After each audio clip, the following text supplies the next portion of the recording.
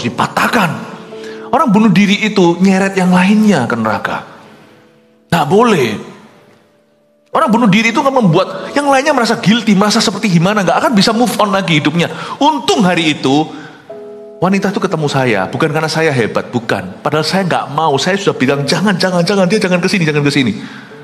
Tapi Tuhan punya pesan untuk saya sampaikan. Saya ini kan hanya postman-nya Tuhan atau tukang posnya. Saya beritahu sama dia. Kalau Anda belum subscribe di channel ini, segera supaya Anda bisa mengikuti terus rema-rema dari Roh Kudus ya.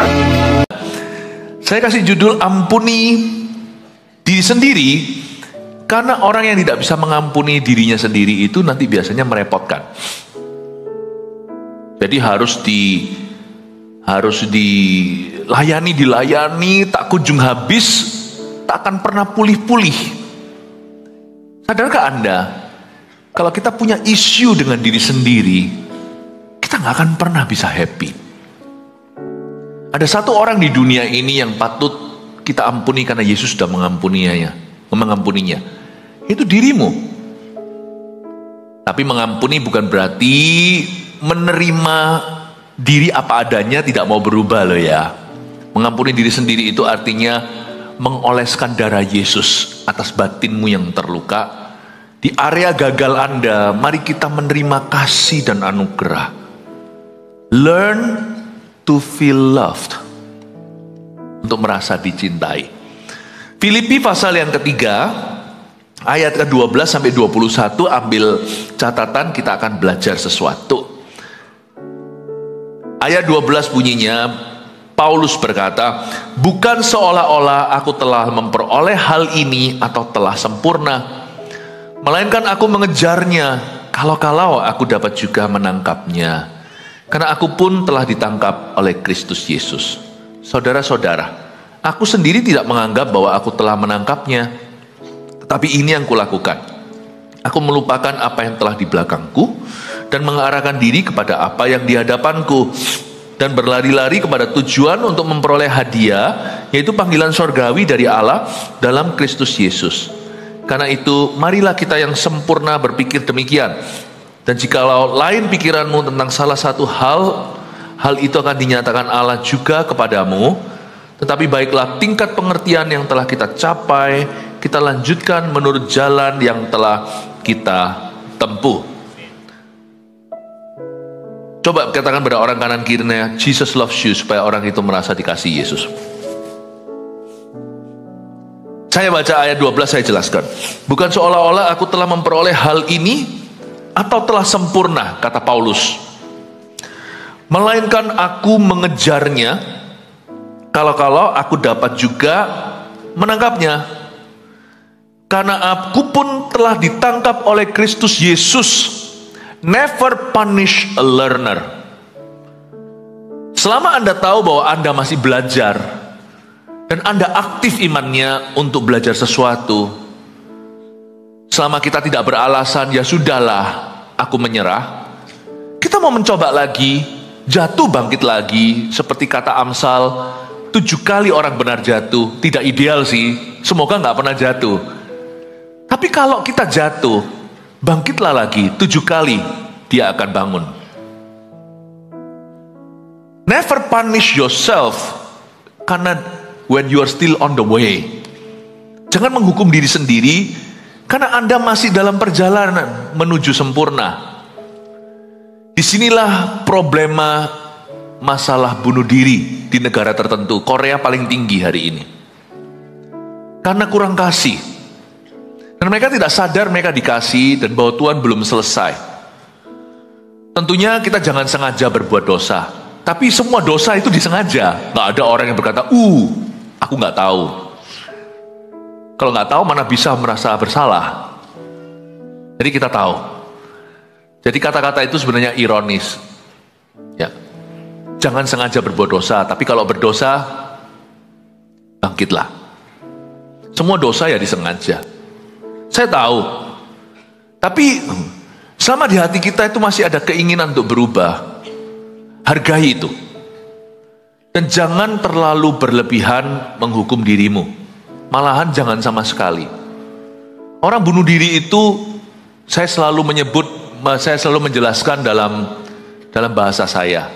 Orang bunuh diri itu bungee jumping, itu lompat bebas masuk ke api neraka. Please jangan ya. Apapun terjadi, orang itu bisa buta. Makanya itu jangan menyendiri kalau dalam masalah. Saya paling susah kalau disuruh khotbah, pernah loh saya itu. Atau menghibur keluarga yang mati itu bunuh diri. Ngomong apa saya? Pernah sekali keluarga bule, orang-orang barat nih ceritanya. Ya, kita bisa nice, polite atau sopan berkata bela sungkawa, turut berduka cita. Lalu semua hamba-hamba Tuhan yang kurang tegas imannya akan berkata, nggak apa-apa, dia sudah di sorga, dia sudah di sorga. Saya diam aja di dalam ruangan itu. Akhirnya kakaknya tanya sama saya, ini orang barat. Kayaknya dia nggak puas dengan semua penghiburan itu, dia tetap ke aku. Aduh, saya sudah berkata jangan ke saya, jangan ke saya. Karena saya bukan pembawa acara. Jangan ke saya, datang pula. Mungkin dia butuh jawaban yang jujur. Dia bertanya, menurut Pastor Philip, adikku kemana? Saya berkata, Tuhan help me. Mestinya saya pura-pura pingsan. Tapi saya ini sudah disumpah. Mulut saya itu untuk kebenaran. Jadi hanya saya berkata, kamu harus siap dengan jawaban saya ya. Tentunya saya tidak pernah tahu apa yang terjadi di last minute. Itu saya taruh di kedaulatan Tuhan. Dan saya bukan Tuhan ya. Saya bukan penjaga imigrasi sorga, pembuat visa. Saya bukan. Tapi secara pengetahuan yang kita bisa ketahui, kalau adikmu bunuh diri dan sampai akhir hayatnya itu dia masuk ke akhirat, nomornya belum dipanggil Tuhan. Tuhan bisa bilang, kenapa kamu di sini? Siapa yang jemput dia? Visanya dari setan. Saya tidak berani membuat teori lah. Ini pun bukan sebuah doktrin. Saya beritahu sama dia, apapun yang terjadi, adikmu membuat keputusan dari dirinya. Dia sudah orang dewasa. Apapun terjadi, Anda jangan merasa, Anda jangan menghukum dirimu sekarang. Karena yang mati sudah mati. Yang hidup masih tanggung jawab sama Tuhan. Apapun terjadi, saudaraku, saya bilang sama dia, adik Anda di mana? Itu hanya Tuhan yang tahu. Tapi kalau Anda tanya sama saya, my conviction dan keyakinan, kalau orang bunuh diri kemana? Lidah saya sudah bergetar. Saya percaya mereka tidak selamat. Nangis di depan saya, iya kan? Wah, nangis. Tapi setelah nangis dia sembuh. Dia berkata, I appreciate your honesty. Aku menghargai kejujuranmu. Saya bilang, you scared me.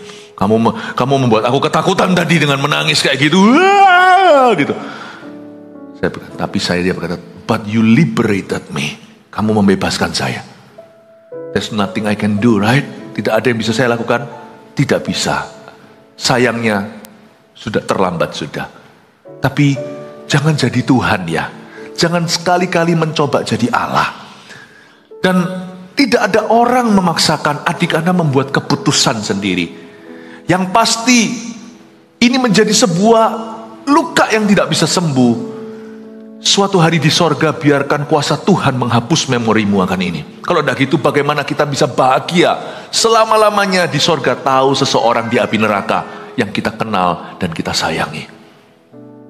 Tapi Anda bisa merasa sedih, Anda tidak perlu sorry. Karena saya tahu kakaknya ini sudah berusaha. Doakan dia. Dan selalu jangkau dia tapi nggak mau. Akhirnya pistol yang dia pilih, bukan Injil. Saya beritahu sama kakaknya, Anda sudah berusaha sebagai taciknya. Anda sudah melakukan semua yang Anda bisa. Lain cerita dengan kita yang lengah. Yang sengaja tidak mau memberitakan keselamatan kepada seseorang, orang itu mati, seolah-olah darahnya tertumpah, dan kita akan forever sorry. Saya mendingan sedih daripada sorry, paham maksud saya? Kalau ada orang yang kita cinta, kita sudah cintai maksimal, mengasihi. Kalau misalkan dia kena penyakit yang mematikan seperti kanker stadium terakhir, kita sudah lakukan semua yang kita bisa, sedih ditinggal, tapi tidak sorry. Kita tidak menyesal dia meninggal. Tapi kita tidak menyesali diri, paham maksud saya? Aku sudah lakukan maksimal. Satu titik manusia harus humble di depan Tuhan dan berkata, I am not God. Aku bukan Tuhan. Misalnya keluarga yang kena kecelakaan, tahu gitu misalnya naik mobil atau apa, tahu gitu kan ambil rute lain. Kalau kita tahu semuanya kan kita sempurna, padahal kita berkata di ayat 12, bukan seolah-olah aku telah memperoleh hal ini. Pengetahuan kita terbatas. Kita tidak mau tahu, kita tidak tahu apa yang akan terjadi. Bukan seolah-olah aku telah memperoleh hal ini, itu berarti aku tidak maha kuasa dan aku tidak sempurna. Aku bukan seolah-olah aku telah memperoleh hal ini atau telah sempurna. Don't try to be perfect. Jangan coba menjadi sempurna. Melainkan aku mengejarnya. Itu saja tanggung jawab kita. Meresponi Tuhan dalam segala keadaan. Baik keadaan yang kita bisa duga, baik keadaan yang mengejutkan kita. Respon hati kita today itu apa? Di hadapan Roh Kudus. Melainkan aku mengejarnya, itu respon hati Paulus. Kalau aku dapat juga menangkapnya, kalau aku bisa rewind atau putar ke belakang, ya pasti aku pilih rute lain. Kalau perlu, hari itu jangan bepergian kalau terjadinya begitu. Kalau aku dapat juga menangkapnya, karena aku pun telah ditangkap oleh Kristus Yesus. Tahu nggak apa yang sama parahnya sama overthinking? Being over responsible. Overthinking itu nggak bagus loh. Banyak orang panic attack atau mengalami serangan panik, kepanikan juga karena overthinking. Itu nggak langsung diserang panik, itu nggak langsung malam itu. Kalau ada overthinking hari ini, malam ini nggak tentu langsung diserang panik. Tapi kalau dia sudah akut, artinya sakit emah dibiarkan terus. Nanti suatu saat masuk episode baru, edisi baru, diisi dengan episode-episode terjaga malam harinya panik. Itu nggak bisa, cuman tengking kepanikannya. Anda juga harus lepaskan fear Anda, dan juga Anda harus bisa mengampuni dirimu sendiri. Panic attack, serangan panik itu biasanya akarnya adalah fear, rasa takut. Dan bukan rasa takut pun tidak sekuat itu. Tapi biasanya ada penyesalan yang tak berujung. Andai aku, itu ada itunya. Andai aku begini, mestinya, harusnya, kalau aku tahu. Don't play God. Jangan coba jadi Tuhan. Tugas kita di sisi bumi, di sisi sini hanyalah melainkan aku mengejarnya. Kejar respon hati yang benar di hadapan Allah, bahkan dalam ketidaktahuan kita. Saudara-saudara, aku tidak menganggap bahwa aku adalah Tuhan, bahwa aku telah menangkapnya. Tapi ini yang kulakukan. Aku melupakan apa yang telah di belakangku dan mengarahkan diri kepada apa yang di hadapanku. Itu respon hati. Ayat 12 yang kita baca tadi, aku belum memperoleh hal itu atau telah sempurna. Aku bukan Allah. Tapi ini yang aku lakukan. Aku akan mengarahkan diri kepada apa yang di hadapanku. Aku memilih untuk maju. Bapak Ibu Saudara, don't punish a learner. Saya kasih contoh tadi, 2 contoh yang berbeda. Satu, apa yang menimpa orang lain dan kita merasa kita turut bertanggung jawab. Tahu begitu ya kan? Tahu gitu. Pernah sekali ada satu insiden, itu karena salah saya. Tapi saya masih berusia 4 tahun dalam Tuhan. Tahun 1996. Mungkin Anda pernah dengar cerita saya ini di kesaksian saya yang lalu, mungkin di salah satu khotbah. Saya itu dibanguni Roh Kudus pagi-pagi waktu saya masih sekolah di Kanada tuh.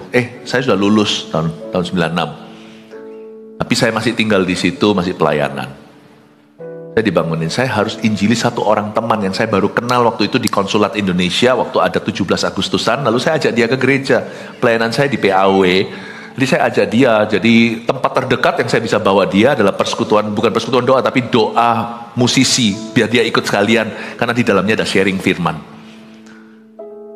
Dan dia datang, mau, waktu saya ajak. Setelah saya ajak, terus digerakkan. Tahun 96 saya mau pulang. Biasanya kalau musim panas, saya pulang ke Indonesia untuk ketemu papa mama. 3 bulan di sinilah, karena liburan panjang. 2 bulan minimal. Hari itu saya ingat kok, saya belum ke airport. Minggu itu sih sebenarnya. Saya digerakkan terus untuk jangkau orang ini. Saya jangkau, dia mau, lalu tidak mau. Pernah sekali saya jangkau dia terakhir minggu itu datang ke doa musik. Dan ketika kita belum latihan hari Kamis pukul 4 sore kita berdoa sama-sama. Dia datang senang dan mulai terjamah. Kokonya datang ambil adiknya, ayo ngapain lu di gereja? Keluarlah. Dan minggu itu membuat saya turn off, lihat gitu tuh saya sudah malas lah. Aku sudah usaha kamu itu, ya sudah lah, kamu tidak mau ya urusanmu. Maka apa yang terjadi? Berapa hari kemudian, minggu depan saya sudah harus pulang ke Indonesia untuk liburan musim panas. Ya. Saya berdoa, lalu sebelum tidur Roh Kudus kasih saya mimpi. Telepon orang itu, datangi rumahnya. Kan sama-sama anak muda, sama-sama usia sekolah. Saya nggak mau, sudah saya coba kok. Besoknya itu sebelum saya ke airport, saya digerakkan lagi, dibangunkan pagi-pagi, telepon dia. Nggak mau aku, nggak mau saya. Dan akhirnya sungguhan saya pulang. Bulan Juni persisnya saya sampai di rumah.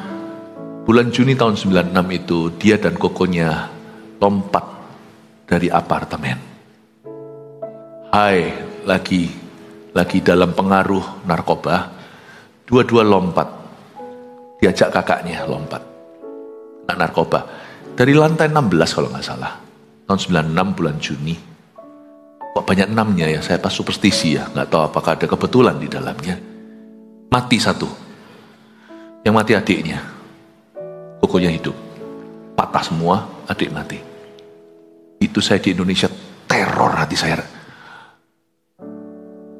Tahu nggak? Itu masa sulit bagi saya. Karena saya tahu bahwa saya membangkang. Saya sudah coba. Jangan lihatin saya seolah-olah saya ini orang jahat. Saya sudah berusaha loh. Usahaku sudah lebih daripada Anda. Saya teleponi dia semuanya sampai pada titik di mana kokonya itu sampai seperti konfrontasi sama saya. Lu jangan apa-apain adikku. Saya nggak ngapa-ngapain. Sama-sama cowoknya ini. Saya ajak dia ke gereja. Tapi 2 kali itu saya tolak Tuhan. Dengan alasan, ya udah pilihan dia. Mati. Saya pulang itu mendarat, dia mati. Saya dapat kabar. Saya harus bisa ngampuni diri saya sendiri. Saya ini tidak mulia. Kalau saya menangkan jiwa itu cuma karena saya sudah bisa mengampuni diri saya sendiri. Saya tidak mau ulangi kesalahan saya. Kalau Anda tanya Pastor Philip, kenapa sih jiwa-jiwa terus? Anda mungkin belum pernah merasakan seperti saya, satu jiwa luput dari tangan dan berakhir mengenaskan. Yang mati bukan yang ajak lompat. Yang mati adiknya yang sudah dijamah Tuhan di pertemuan salah satu nangis sudah dilawat Tuhan. Tapi saya kok nggak gigi ya? Kok lebih gigian salesman yang mau jualan ya? Kadang-kadang itu menjengkelkan loh. Innova. Kalau di airport itu, Avanza, Innova. Saya bilang saya sudah dijemput. Innova. Lu masih nggak mau tahu? Kalau perlu itu ya untuk menyenangkan mereka, saya nang begini, supir saya datang, mobilnya biar jalan saya di dalam mobilnya yang sewa sama mereka, supaya mereka senang dan bahagianya penuh. Kadang-kadang itu saya nggak tahan, saya kalah sama mereka. Mereka tuh ngotot ya, sudah tahu saya itu dijemput, ada mobil sendiri, ada mobilnya di situ. Naik mobil saya aja Pak, ada apa-apa murah. Lu ngapain naik mobilmu kalau mobilku datang jemput aku? Luar biasa salesman nggak tahu diri. Kita yang terlalu tahu diri sampai lupa Allah.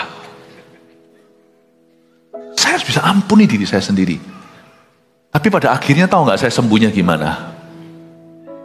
Saya sembuhnya itu suatu hari Tuhan kirim seseorang dan Tuhan tahu saya sorry. Tuhan kirim satu orang, Philip kamu nggak apa-apa. Oke, saya masih ingat itu. Kakak rohani saya, salah satu saya lupa dulu kan, saya kan masih sangat belia dalam Tuhan. 4 tahun usia rohani saya. Dia bilang sama saya, oh di sekolah Alkitab malahan. Salah satu senior waktu itu ya, sekolah Alkitab, orang barat juga. Dia beritahu sama saya, well you're not God. Itu kayak membuat saya kembali ke tubuh saya gitu. Setelah saya gentayangan berapa lama. I am not God. Ya sudah. Tapi saya belajar sesuatu. Never again to quench the Holy Spirit. Tidak boleh lagi saya padamkan Roh Kudus. Never again in my life. Saya tidak peduli kalau Anda benci saya ketok rumah Anda kalau saya disuruh Roh Kudus, jadi siap-siap nanti kalau jam makan. Saya pasti akan ketok. Itu yang saya pelajari. But I forgive myself. Dan menjadi seorang evangelist. Saya ampuni diri saya sendiri dan menjadi seorang penginjil setelah itu. Memberitakan Injil kemana-mana. Bisakah Anda mengampuni dirimu sendiri? Kalau tidak gitu Anda tidak bisa move on. Ini satu hal yang kulakukan. Aku akan terus mengejarnya. Aku lupakan yang lalu dan berlari-lari pada tujuan. Mengarahkan diriku kepada apa yang ada di hadapanku. Ayat 13 itu. Penting loh supaya kita itu bisa mengampuni. Baik itu sesuatu seperti tadi orang yang adiknya bunuh diri, ciciknya yang setengah mati. Orang bunuh diri itu egois. Tahu nggak kalau ada satu orang bunuh diri di dalam satu keluarga, itu pintunya terbuka ternganga. Orang akan selalu digoda dengan pikiran yang sama. Apalagi kalau mama yang bunuh diri. Itu anak-anaknya pasti mesti ada satu nanti, cucunya pasti ada terus. Itu harus dipatahkan. Orang bunuh diri itu nyeret yang lainnya ke neraka. Nggak boleh. Orang bunuh diri itu akan membuat yang lainnya merasa guilty, merasa seperti gimana, nggak akan bisa move on lagi hidupnya. Untung hari itu wanita itu ketemu saya, bukan karena saya hebat, bukan. Padahal saya nggak mau, saya sudah bilang jangan, dia jangan kesini. Tapi Tuhan punya pesan untuk saya sampaikan. Saya ini kan hanya postman-nya Tuhan atau tukang posnya. Saya beritahu sama dia, you are not God. Kamu tidak sempurna. Dan kamu tidak tahu segala sesuatu. Kalau kamu tahu segala sesuatu dan sempurna, namamu bukan ini. Nama dia apa gitu ya. Then I will have to call you God. Kalau kamu sempurna dan tahu segalanya. Akhirnya dia bisa menerima. Dan saya cuma bilang satu hal, nanti mungkin di sorga, mungkin ya. Nggak mungkin di sorga kita terus penasaran kan. Atau terus perasaan. Pasti ada satu memori yang akan Tuhan hapuskan dalam hidupmu. Saya berkata, nanti pada saat itu kedaulatan Tuhan. Bapak Ibu Saudara, kalau di sini ada orang-orang yang ini Anda berkata, tahu gitu harusnya kan. Kalau saya tahu begitu kan harusnya pada waktu kalau Anda kehilangan seseorang yang berharga, yang Anda cintai. Tahu gitu. Kalau tahu gitu kan Anda tahu segala sesuatu. Yang bisa kita lakukan adalah menjaga yang di depan sana. Kita belajar juga dari cerita orang. Kita nggak jadi paranoid, tapi menjadi orang yang tidak overprotective juga nggak bagus. Overprotective itu biasanya hanya proteksi apa yang kau tahu. Nanti masuknya dari lubang yang lain Anda juga nggak tahu. Bukan membuat kita hidup dalam ketakutan, tapi kita bisa belajar dari pengalaman orang lain. Tetapi ingatlah, Anda bukan Tuhan. Tugas kita hanyalah bisa meresponi dengan benar. Kalau Anda dengar ini terjadi, itu terjadi pada keluarga orang lain dan sebagainya, Anda bisa turut mendoakan. Tetapi Anda sendiri bisa belajar. Tidak usah terus habis itu dihantui oleh ketakutan bahwa itu akan terjadi atasmu. Tidak usah begitu. Karena apa yang terjadi atas orang lain tidak tentu terjadi atas Anda. Survei membuktikan ya, bahwa ketakutan seseorang kemungkinan besar tidak akan terjadi. Malah justru yang tidak dia takutkan itu biasanya dia lengah. Makanya itu orang, kalau kita punya pilihan, jangan hidup dalam fear, tapi hidup dalam faith. Hiduplah dalam iman, bukan dalam ketakutan. Apa yang dialami orang lain, saya jadikan itu bahan doa saya. Pertama, doa untuk orang yang alami itu, supaya Tuhan memberi kekuatan atau apapun solusinya. Kedua, saya akan doa untuk keluarga kami, untuk saya sendiri, untuk kita. Berdoa supaya bukan hanya Tuhan luputkan, tapi supaya Tuhan jaga. Bapak Ibu Saudara, waktu kita mengalami sesuatu di luar dugaan kita, janganlah kita merasa over responsible. Over responsible itu sama buruknya dengan overthinking. Tapi beberapa orang anak muda saya rasa perlu sedikit di booster over responsible, karena sama sekali nggak punya perasaan tanggung jawab sama apa-apa. Ada anak muda itu sungguhan nggak tanggung jawab apa, dompetnya pun nggak ada, hilang apa-apa hilang, ini itu nggak diurusi, suruh papa mamanya lagi. Saya rasa kadang-kadang bagi orang-orang yang terlalu lengah, sedikit responsibel, nggak apa-apa. Tapi ada orang tertentu yang terlalu responsibel, itu juga mendewakan dirinya. Apakah Anda dan saya sangka kita ini Allah, tahu segala sesuatu dan mengontrol segala sesuatu? Tidak, saudara. Makanya penting sekali untuk mengampuni diri sendiri. Kalau Anda tidak bisa tinggal dengan satu orang di atas muka bumi ini, Anda pasti nggak happy. Karena orang ini lebih dekat dari istrimu atau dengan suamimu bagi yang sudah menikah. Orang ini adalah dirimu. Di sini masuk segala macam penyakit setelah stres dan depresi itu. masuk yang namanya kepribadian ganda, semua yang ada namanya. Yang namanya mental diseases pun bisa terjadi. Bukan selalu melulu karena itu ya, saya tidak mau menggurui. Tapi Anda jangan mau izinkan sesuatu masuk di dalam dirimu. Semua itu dimulai dari pengampunan. Kebanyakan yang semua kesembuhan di dalam roh kita, dalam jiwa kita itu selalu pasti langsung atau secara tidak langsung berkenaan dengan mengampuni diri sendiri. Sungguh. Bisa let go. Kalau nggak gitu Anda tidak akan happy. Kalau kita tidak bisa hidup rukun dan kerasan dengan diri kita, kita akan menjadi makhluk penasaran yang tidak pernah berbahagia. Karena itu saya berdoa di dalam nama Yesus agar Anda dan saya bisa belajar untuk menerima kelemahan. Dan kita lihat sekarang ayat yang ke-14. Ayat 13 sekali lagi, saudara-saudara, aku sendiri tidak menganggap bahwa aku telah menangkapnya, tetapi ini yang kulakukan. Aku melupakan apa yang telah di belakangku dan mengarahkan diri kepada apa yang di hadapanku. Oke, tadi sudah saya bahas ayat 14. Dan berlari-lari kepada tujuan untuk memperoleh hadiah, yaitu panggilan sorgawi dari Allah dalam Kristus Yesus. When you fail, your destination shouldn't change. Saya ulangi dalam bahasa Indonesianya.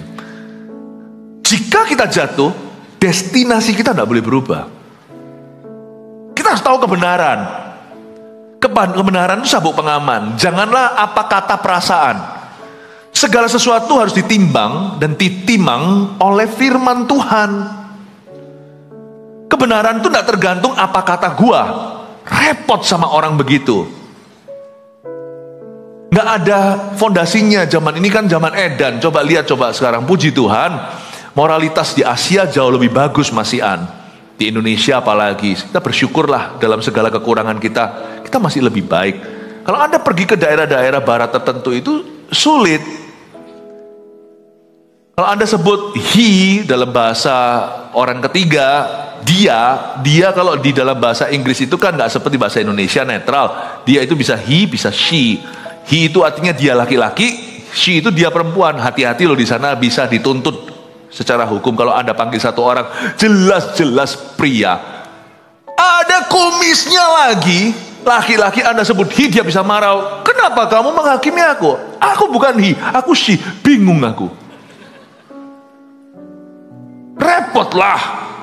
Di zaman sekarang ini, zaman edan itu,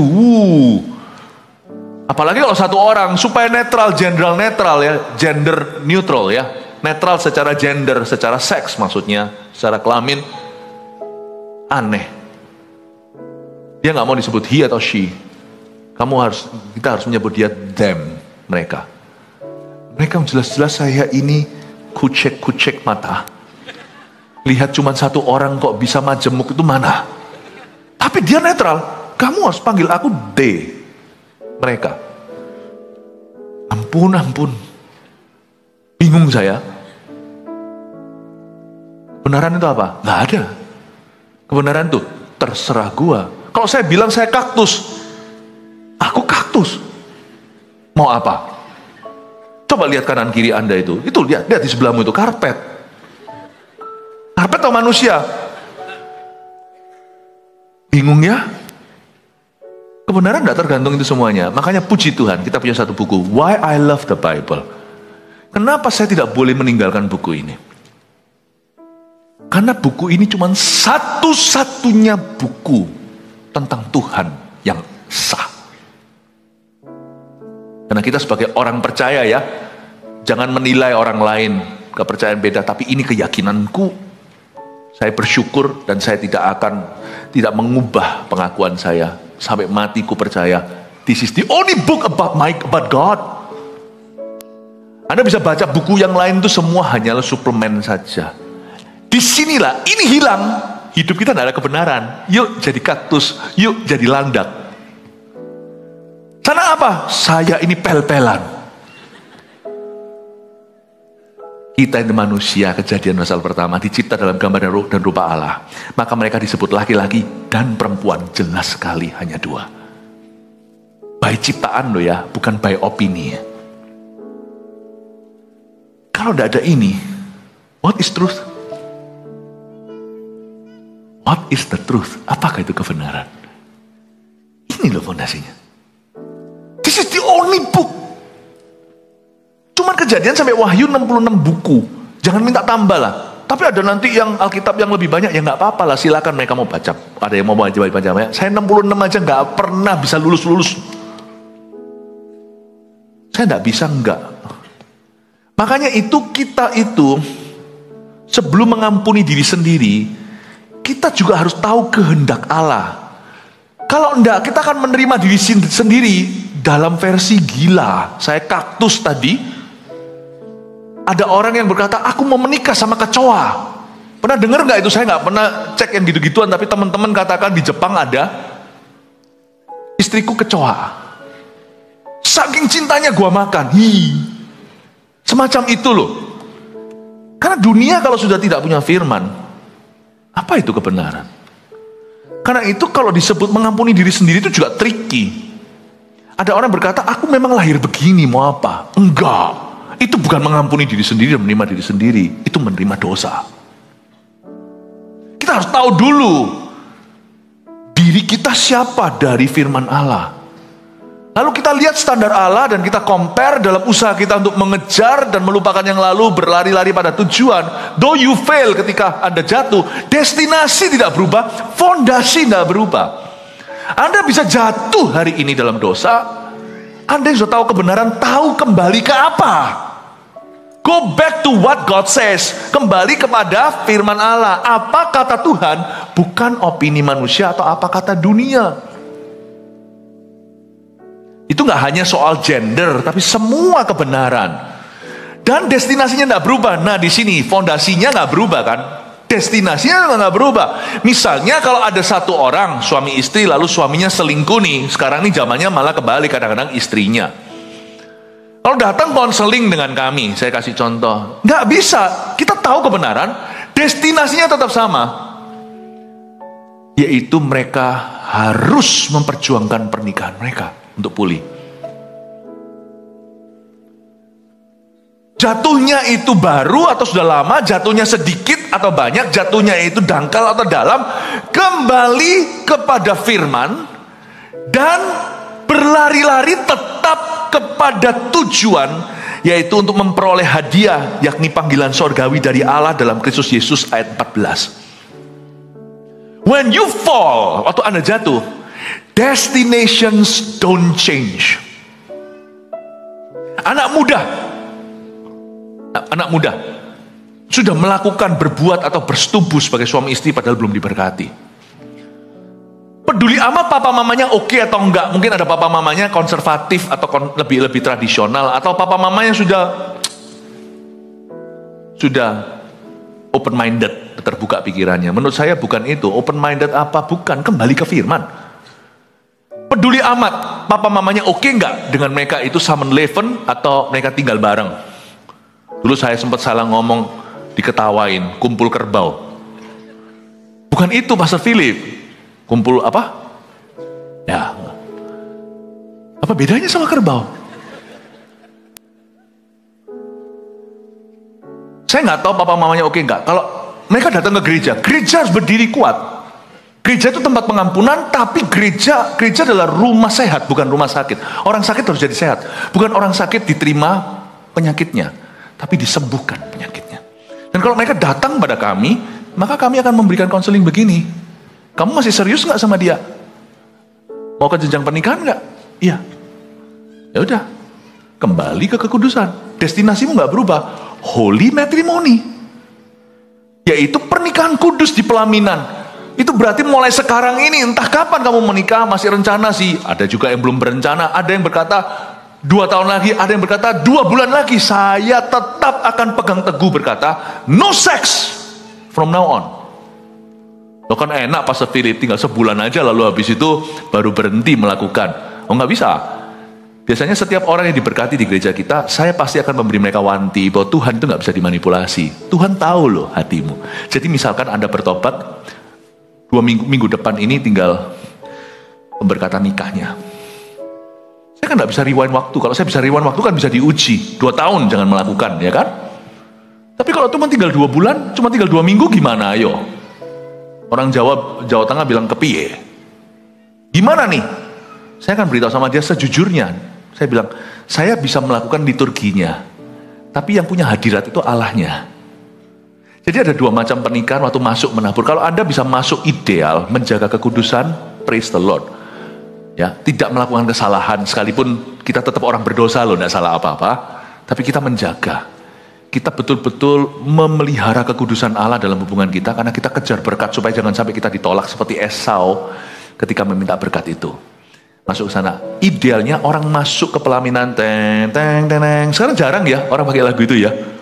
Teng teng teng teng teng teng teng. Itu zaman-zaman apa ya itu ya? Karena mesti harus mulai pakai lagu itu lagi ya. Apa Pastor Yu mau diberkati lagi sama Pastor Lipi supaya lagu itu bisa dipakai sekali lagi. Kalau masuk gitu ke gereja, idealnya namanya holy matrimony ya, masuk holy. Masuknya itu dalam kekudusan. Jadi hamba Tuhan sudah tidak perlu ragu lagi. Tuhan jelas-jelas akan berkati mereka, tiada alasan. Tapi minimal kalau tidak bisa masuk holy dalam kekudusan, masuklah dalam pertobatan.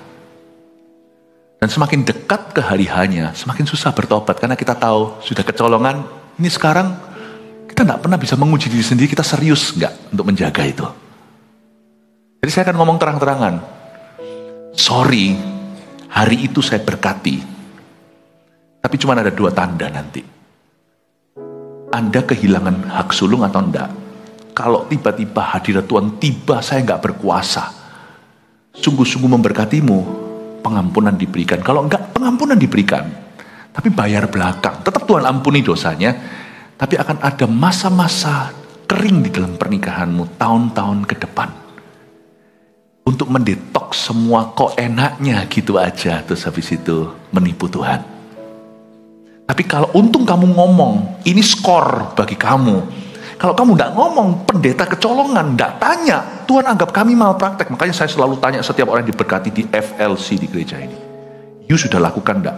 Kalau dia jawab, sudah, kita akan tuntun dia sampai ke pertobatan sesungguhnya. Kalau dia jawab, belum, padahal sudah. Saya biasanya tanya 3 kali. Sungguhan. Supaya nanti kalau ternyata kecolongan, saya tidak dihukum Tuhan, saya tidak malpraktek. Kamu tanggung sendiri. Tuhan tidak bisa ditipu. Tahun-tahun ke depan akan setiap keluarga pernikahan pasti ada tantangan, saya tahu. Tapi ada tantangan yang Tuhan izinkan untuk mempertajammu.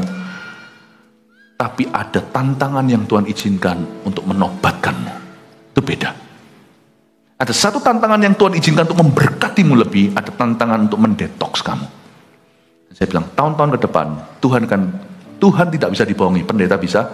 Tuhan akan menunjukkan pada dunia. Pernikahanmu diberkati Tuhan perlahan-lahan, tidak dikasihkan di depan. Bisa nangkep ya? Saya tegangnya itu kalau orang sudah melakukan itu saya berkati. Karena kalau saya tidak gitu, kan saya jadi malpraktek. Kayak dokter begitu, nggak tanya apa, sakit gigi, sakit pusing, kasih obat pusing, kasih paracetamol terus-terusan, kan bukan solusi ya kan? Bisa jadi pusing Anda itu dari ternyata gigi, perlu ke dentis harusnya, ke dokter gigi. Bisa jadi ada sesuatu yang lebih serius. Bisa jadi cuma sesuatu butuh istirahat. Nah, kalau saya sikat, Tuhan akan tanya sama saya, kamu berkati siapa aja? Kamu sudah tahu kasus mereka. Saya tidak mau dianggap malpraktek. Supaya berkat yang saya berikan itu sungguh-sungguh berkat. Makanya di jemaat kita ini tidak gampang-gampang. Bukan berarti jemaat gereja kita itu mempersulit orang menikah, enggak. Tapi kita tuh jujur. Kalau kita sebut Tuhan itu kita percaya Tuhan ada. Saya harap yang sini yang belum telat ya. Jangan main-main yang anak-anak muda. Meskipun Anda tetap bisa mengampuni dirimu sendiri, janganlah mencobai Tuhan. Saya kok dibawa Tuhan ke sini ya? Rasanya, saya tanya siapa di sini yang dalam waktu 1 tahun, 2 tahun ini yang mau menikah? Angkat tangan. Kok yang jawab anak kecil? Bayi, tunggu giliranmu 20 tahun lagi. Siapa yang bakalan mau rencana menikah? Oke, jaga ya. Saya tidak tahu Anda di posisi mana. Waduh, Pastor Philip tahu gini dulu kan, saya dengar khotbah ini dulu. Nggak telat kok. Ampuni dirimu, tapi kalau masih ada waktu itu berharga. Time is not money, time is holy. Kalau Anda punya waktu masih 2 bulan, puji Tuhan. 2 tahun, puji Tuhan. Kalau tinggal 3 hari lagi, Anda berbuat hingga hari ini, waduh, sulit untuk membuktikan Anda sejati atau enggak. Time is precious, is holy. Meskipun kita pada ujungnya tetap harus mengampuni diri sendiri. Saya tidak pernah mempermalukan di depan orang-orang yang datang. Jadi orang itu tidak tahu. Makanya kami pendeta itu sworn to secrecy, atau kami itu disumpah kerahasiaan. Makanya pendeta hamba Tuhan yang bocor mulut tidak boleh jadi hamba Tuhan, tidak boleh jadi pendeta. Orang itu tidak tahu waktu saya berkati, kami berkati itu, ini kasusnya apa segalanya itu sudah kami tangani. Tapi antara 3 sisi suami mempelai berdua, gembala dan Tuhannya, itu harus ada kejujuran dan ketransparanan. In order supaya berkat itu diberikan. Karena berkat yang diberikan di rumah Tuhan tidak sama dengan drive-thru Las Vegas, tanda tangan, lalu habis itu cuma ucapkan by the power of the state, dengan kuasa yang negara berikan. Tuhan tidak begitu. Berkat yang diberikan di rumah Tuhan tidak boleh abal-abal. Sekali abal-abal diberikan, lama-lama akan luntur kuasa Tuhan di gereja itu, dan lama-lama jadi Las Vegas. Blessing, bukan holy matrimony, wedding drive-thru. Yang membuat perbedaan itu nanti adalah perlakuan Tuhan dalam pernikahan orang itu. Itu akan membuat perbedaan. Esau dia harus mencangkul luar biasa. Yakub dia melihat berkat penyertaan sekalipun hidupnya penuh masalah. Be very careful. Memang bisa mengampuni diri sendiri, namun demikian Anda harus tahu kebenaran. Nah, kenapa saya dibawa ke sini saya tidak tahu, tapi mungkin ini perlu ya, kadang-kadang di luar dugaan saya dibawa Tuhan, disetir ke hal-hal lain. Tapi ingat ya, misalnya kalau ada pasangan yang sudah berbuat gitu sebelum pernikahan, lalu habis itu ngomong sama kami, destinasinya tidak berubah. Saya meskipun tinggal 3 hari, meskipun tinggal berapa jam lagi akan diberkati, saya tetap akan ingatkan mereka, destinasimu tuh holy. Kejar itu apapun konsekuensinya. Sekarang tidak ada waktu, pastor, gimana tinggal berapa jam, ya kejar dalam pernikahanmu. Mbok, nggak tahu caranya gimana. Your destination don't change even if you mess up terribly. Sekalipun jikalau kita betul-betul habis-habisan, hancur-hancuran, salah kaprah totalitas, destinasimu tidak berubah. God wants you holy. Tuhan mau Anda kudus. Tuhan ingin hubunganmu suci. Sekalipun sudah kotor, kamir, semerah kirmisi, Tuhan punya goal tetap sama. Orang bisa jatuhnya sedalam apapun, bangkitnya arahnya tetap ke sorga dan pada kebenaran Allah. Amin Bapak Ibu Saudara. Mau kepahitan seperti apa atau kepahitan biasa, ujungnya tetap mengampuni. Ada orang mengampuni sekali cukup, ada yang 7 kali, ada yang 7 kali, 70 kali, tetap arahnya satu, destinasinya satu. Kalau mau bebas, kalau mau diberkati, ampuni orang lain. Jangan ingat-ingat kesalahan mereka. Christianity is simple. Mau diputar padang gurun 40 tahun, tetap kanaannya satu arah. Makanya itu kalau saya jatuh, gagal sesuatu, saya tahu kok kemana saya kembali. Kemanakah aku dapat pergi? Menjauhi rohmu Tuhan. Alamatnya sudah jelas. Saya nggak bisa lari kemana-mana. Anda memutar dari gereja ke gereja, masalahnya itu. Mau ke gereja manapun juga masalahnya sama. Cuma satu alamatnya, hadapi itu dengan benar. Maka di gereja itu Tuhan mulai menanammu dan Anda akan bertumbuh. Amin Bapak Ibu Saudara. Ampuni diri sendiri. Sampai mana nih? Your destination don't change, ayat 15. Karena itu marilah kita yang sempurna berpikir demikian. Dan jikalau lain pikiranmu tentang salah satu hal, hal itu akan dinyatakan Allah juga kepadamu. Tetapi baiklah tingkat pengertian yang telah kita capai, kita lanjutkan menurut jalan yang telah kita tempuh. Saya rasa apa yang saya sedang jelaskan ke Anda itu menggenapi ayat 16. Tingkat pengertian Anda ditambah oleh Tuhan. Jadi mengerti balancing, spuring balancingnya, mengerti balance atau keseimbangannya antara diampuni, mengampuni diri sendiri, dan tidak mencobai Tuhan. Makanya itu di sini ada peran waktu yang sangat menentukan. Waktu itu penting sekali. Kalau Anda bisa bertobat dari dosa tertentu waktu masih muda, cepat lakukan itu. The younger the better. Bukan berarti yang sudah tua terlambat, nggak ada kata telat. Dalam kamus Kristus tidak ada kata terlambat. The younger the better. Orang melayani Tuhan setelah dia stroke, lalu habis itu berjanji kalau dia nanti bisa berjalan, dia akan melayani. Baiklah, puji Tuhan, kita harus dukung yang positif gitu. Tapi ketika saya lihat orang sehat, saya selalu ketuk pintu dan berkata, layani, mumpung sehat. Ini yang disebut baiklah tingkat pengertian yang telah kita capai, kita lanjutkan menurut jalan yang telah kita tempuh. Saya harap kita punya pengertian bertambah hari ini. Dan jikalau ayat 15, kamu yang sempurna hendak berpikir demikian. Saya ajari gimana untuk bisa berpikir dengan seimbang. Jikalau pikiranmu tentang salah satu hal itu akan dinyatakan Allah juga kepadamu. Ayat 15-16 sedang digenapi waktu saya mengajarkan ini. Sehingga menjawab pertanyaan-pertanyaan di dalam hati, bagaimana kalau begitu, bagaimana kalau begini. Sehingga kita yang sudah terlambat, nasi sudah jadi bubur, jangan dipelototi. Kapan dia jadi nasi? No, kalau sudah jadi bubur, doalah, Tuhan terima kasih untuk bubur ini, makanlah sekalipun tidak kenyang. Tapi kalau Anda memang tadinya mau makan nasi sampai kenyang, namanya orang Indonesia ya kan? Jangan kita sengaja izinkan dia overcook sehingga jadi bubur nanti. Jadi bagi orang yang belum terlambat, cepat bertobat. Bagi orang yang sudah terlambat, tetap harus bertobat. Emangnya ada jalan lain? Nggak ada, destinasinya tetap sama. Kehendak Allah. Makanya berbahagialah orang yang tahu kehendak Allah itu early atau sedini mungkin, sehingga dia masih punya waktu dan kesempatan untuk melihat kemenangan. Ayat yang ke-17, saudara-saudara, ikutilah teladanku dan perhatikanlah mereka yang hidup sama seperti kami yang menjadi teladanmu. Karena seperti yang telah kerap kali kukatakan kepadamu dan yang kunyatakan pula sekarang sambil menangis, banyak orang yang hidup sebagai seteru salib Kristus. Kesudahan mereka ialah kebinasaan, Tuhan mereka ialah perut mereka, kemuliaan mereka ialah aib mereka, pikiran mereka semata-mata tertuju kepada perkara-perkara duniawi. Di sini Paulus berbeda tonasi.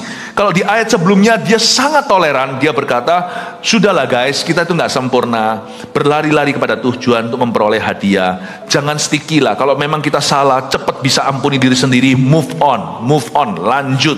Jangan seperti ada lemnya dalam jiwa. Belajar untuk bisa mengakui kalau kita gagal di sebuah area, terima pengampunan Allah, lalu setelah terima pengampunan Allah, ampuni dirimu sendiri juga. Ya, kadang-kadang kita dapat firman, aku sudah mengampuni dan tidak mengingat dosamu, tapi kita terus menuduh diri, itu juga nggak bagus. Setelah itu cepat move on, lanjut, karena Tuhan berkata di sini destinasi tidak berubah. Kita tetap berlari-lari pada tujuan untuk memperoleh panggilan sorgawi. Jadi begini, cara terbaik untuk bertobat dari sebuah kesalahan adalah tidak menjanjikan apa-apa sama Tuhan. Cepat bangkit, jangan lakukan lagi.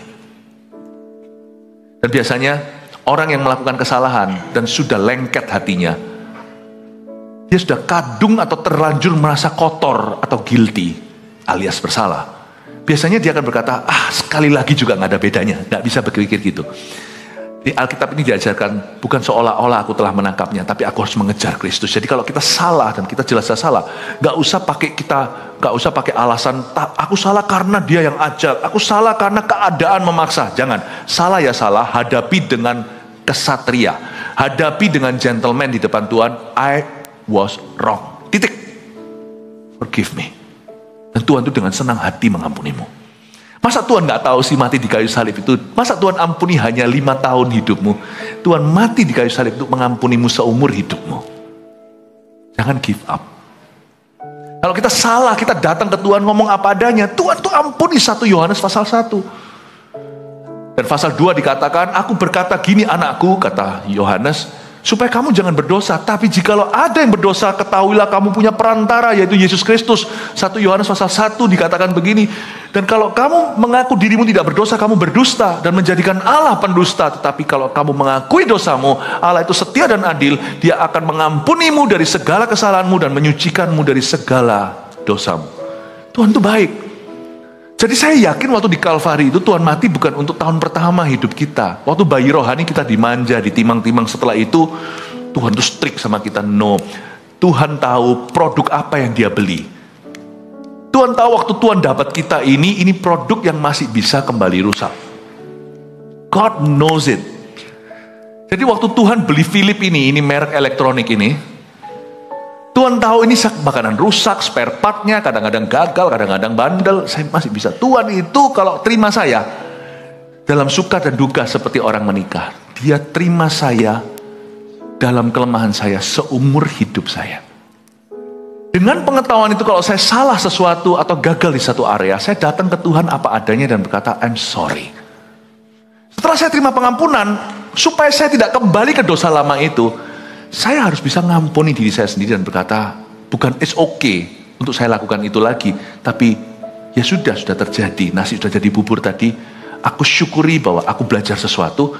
Kalau Anda bisa legawa, tidak lengket di hati dan di dada, Anda bisa move on, biasanya ngalami kemenangan.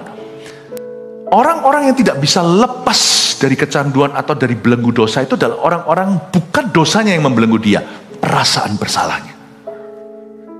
Saya selalu ingatkan diri saya sendiri, ya sudah, aku begini sekarang saya minta ampun sama Tuhan Yesus, aku belum sempurna. Ayat tadi yang kita baca, bukan seolah-olah aku sudah menangkapnya, atau telah sempurna kata Paulus. Aku memang belum sempurna. Apakah bisa accept your own shortcoming? Dan saya adalah orang yang sangat perfeksionis. Secara naluri, secara natural atau alami, saya itu orangnya gitu. Ada satu orang yang saya paling kejam. Saya zaman dulu waktu sekolah ya, kalau saya tidak dapat juara 1 itu saya stres setengah mati, dapat juara 2. Juara 2 itu saya stres. Saya sudah dari kecil begitu sifatnya. Jadi sekarang itu kalau semuanya tidak serba perfect itu saya itu susah. Untuk saya sendiri secara pribadi, khotbah ini membentuk saya. Saya harus bisa belajar menerima my shortcomings. Menerima kelemahan saya. Kalau tidak, saya tidak akan menang. Bapak, Ibu, Saudara, bisakah Anda datang ke tahta kalau Anda salah di depan Tuhan? I'm sorry God. Please forgive me. Lalu Anda bisa ngomong sama diri sendiri, hai jiwaku, aku sudah mengampunimu. Move on. Biasanya kita tidak akan kangen sama dosa lama. Kalau memang masih bisa jatuh lagi di lubang sama, tidak langsung segera jatuh lagi. Karena orang yang dicabut rasa bersalahnya tidak merindukan dosanya. Dia akan merasa begitu senang dan dia akan mau kejar ketinggalannya. Saya berdoa di dalam nama Yesus, Anda bisa merasa diampuni. Dan yang membuat kita tidak merasa diampuni, padahal berkali-kali kita baca di Alkitab jelas-jelas fakta berbunyi, kebenaran berkata, I have forgiven you. Tetap kita nggak bisa merasa bersih mau tahu apa. Karena ternyata yang masalah itu bukan Tuhan. Tuhan sudah mengampuni kita. Kita tidak bisa lupakan kesalahan kita. Kita nggak bisa mengampuni diri sendiri. Amin, Bapak Ibu Saudara. Suatu hari saya memberkati satu orang. Itu yang ceritanya sisa 3 hari. Saya cuma ngomong sama dia seperti ini, kamu boleh loh milih pendeta lain, jangan pendeta saya, jangan saya. Karena pendeta lain bisa tutup mata, saya nggak bisa, sorry, saya terlalu lemah. Hanya enggak jalan, berkati. Hari ini fine-fine saja, sudah. Hore, yang muda, mari kita berdosa, bukan. Tapi satu titik yang menjadi liberty atau kemerdekaan mereka dilepaskan adalah suatu waktu diberkati. Dilawat Tuhan, orang-orang nggak tahu setelah itu. Dia berkata seperti ini, Tuhan sudah ampuni aku sudah mengampuni diriku. Apapun di depan, konsekuensi, mau 7 tahun kemudian apa, terserah seperti Koko katakan, aku jalani. Kalau Tuhan sudah ampuni aku siap. Wow. Ini bukan orang berdosa yang ngelamak. Bukan orang berdosa yang mencobai Tuhan. Tapi orang berdosa yang tahu dia diampuni. Dia nggak takut konsekuensinya. Karena saya nggak bisa garansi. 3 hari, mana saya tahu Anda tuh serius tahu nggak? Bisa aja kan, habis manis sepah dibuang. Kan bisa aja sama Tuhan begitu kan. Beria-ria lalu tinggal bertobat pada akhirnya. Tapi dia berkata gitu sama saya, dan membuat saya kagum loh. Saya belajar sesuatu untuk diriku. Kalau saya salah sesuatu dalam area apa dalam hidup saya akan belajar seperti orang ini. Dia berkata, aku siap dan aku sudah ampuni diriku. Aku siap kok apa yang dikatakan tadi Kuku. Kalau memang itu adalah porsiku dari Tuhan, kalau Tuhan pandang itu baik untuk saya, untuk mengajari saya sesuatu supaya saya diuji apakah saya itu sejati.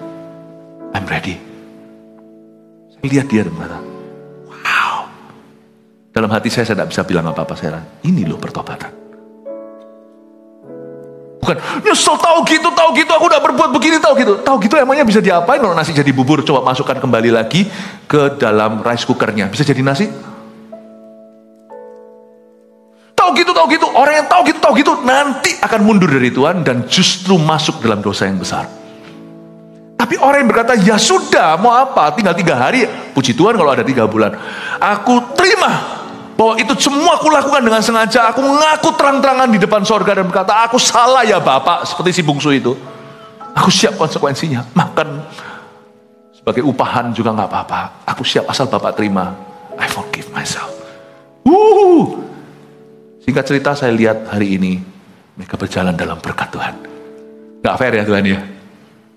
Kok enaknya gitu aja, tinggal 3 hari tetap diampuni. Tapi itulah kuasa pengampunan. Saya ngomong gini ini penuh resiko loh. Bagi orang-orang yang suka memanipulasi, akan berkata, kalau gitu aku ya gitu ya aku. Mungkin yang muda-muda berkata, gitu aja tinggal 3 hari, kalau perlu tinggal 3 menit baru bertobat. Ya sudah gak apa-apa. Kalau hatimu begitu, nanti gak mungkin Anda bisa punya hati begitu seperti orang itu. Gak mungkin. Hati itu licik soalnya. Paham ya maksud saya? The power of forgiveness. Dan orang itu bisa mengampuni diri sendiri dan dia tahu apapun konsekuensinya aku hadapi. Asal Tuhan beserta, kayak Daud gitu. Aku tahu aku salah dengan Batseba. Aku sudah minta maaf sama Tuhan. Aku siap. Kalau Tuhan pandang tidak berkenan lagi aku. Kalau Tuhan biarin si Simei itu lempari batu sama aku, hujat aku. Kalau Tuhan yang suruh, kamu jangan apa-apakan dia.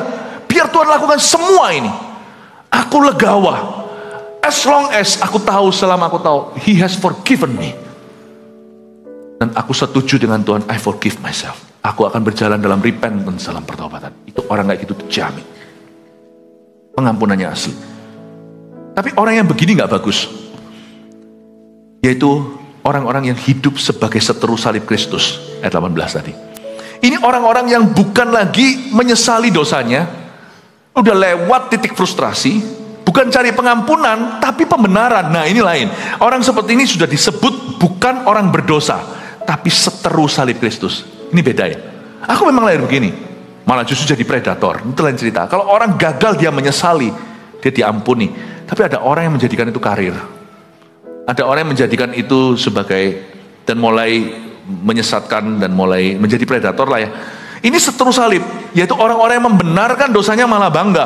Kesudahan mereka ialah kebinasaan, Tuhan mereka ialah perut mereka, kemuliaan mereka ialah aib mereka. Mereka sudah mengubah destinasinya. Persoalan orang berdosa adalah ketika dia jatuh, dia ubah destinasinya. Dia jatuh kan, dia tahu bahwa ini salah, tapi dia berkata, ya sudah Tuhan ciptakan aku begitu. Nah di situ masalahnya. Waktu orang berdosa mengubah fondasi kebenaran, waktu orang berdosa mulai melihat destinasinya dan berkata, kalau gitu aku berubah destinasinya. I'm a Christian gay. Hah? Tunggu dulu. Nah di situ masalah. Saya tidak hanya berbicara tentang LGBT, tapi apapun juga, kalau Anda jatuh, jangan ubah doktrinmu. Misalnya di dalam bisnis Anda mengalami suatu kejatuhan, salah, pernah berbuat dosa, berbuat salah, ngapain uang orang dan sebagainya, tetap jangan mengubah. Yang namanya dishonesty, ketidakjujuran, tetap ketidakjujuran. Yang namanya ketulusan, tetap ketulusan, jangan diubah itu. Orang berdosa tidak punya hak untuk mengubah Allah. Tapi kita, bukan Allah yang mencocokkan diri, tapi kita yang harus mengikuti standarnya. Kalau kita nggak nyampe ke sana, minta pertolongan Tuhan. Destinasinya tidak boleh berubah. Disinilah yang disebut dengan seteru salib Kristus. Kesudahan mereka ialah kebinasaan. Ayat yang terakhir 20:21, karena kewargaan kita adalah di dalam sorga, dan dari situ juga dinantikan Tuhan Yesus Kristus sebagai juru selamat yang akan mengubah tubuh kita yang hina ini sehingga serupa dengan tubuhnya yang mulia menurut kuasanya yang dapat menaklukkan segala sesuatu kepada dirinya. Dosa boleh nggak? Apa boleh buat? Bukan boleh ya. Kalau saya bilang boleh nggak boleh itu. Dosa apa boleh buat? Fakta realita kehidupan kadang-kadang terjadi. Bukan hanya satu jenis dosa, segala jenis dosa. Tapi di Alkitab dikatakan di ayat yang terakhir yang kita baca tadi bahwa segala sesuatu tunduk kepada dirinya, kepada Kristus. Tapi orang berdosa mesti harus tunduk pada Yesus. Bapak Ibu Saudara, saya tahu Tuhan belum selesai sama kita. Kalau hari ini saya memberikan pada Anda namanya teologi atau doktrin untuk kesalahan. Gimana cara kita memandang kegagalan kita. Semoga ini akan membebaskan orang-orang. Kalau Anda mencerna ini baik-baik, inilah titik merdeka Anda. Dan mulai hari ini jangan takut kalau Anda berbuat salah. Hidup aja dalam kebenaran. Tuhan akan benarkan yang salah, semua indah pada waktunya. 1 Petrus 4 ayat 7. Kesudahan segala sesuatu sudah dekat. Karena itu, kuasailah dirimu dan jadilah tenang, supaya kamu dapat berdoa. Saudara yang terkasih, terima kasih telah mendengarkan firman Tuhan hari ini. Jangan lupa untuk dukung terus channel ini dengan cara subscribe, like, share, dan juga komen, agar saudara kita yang lain juga boleh terberkati. Tuhan Yesus memberkati kita.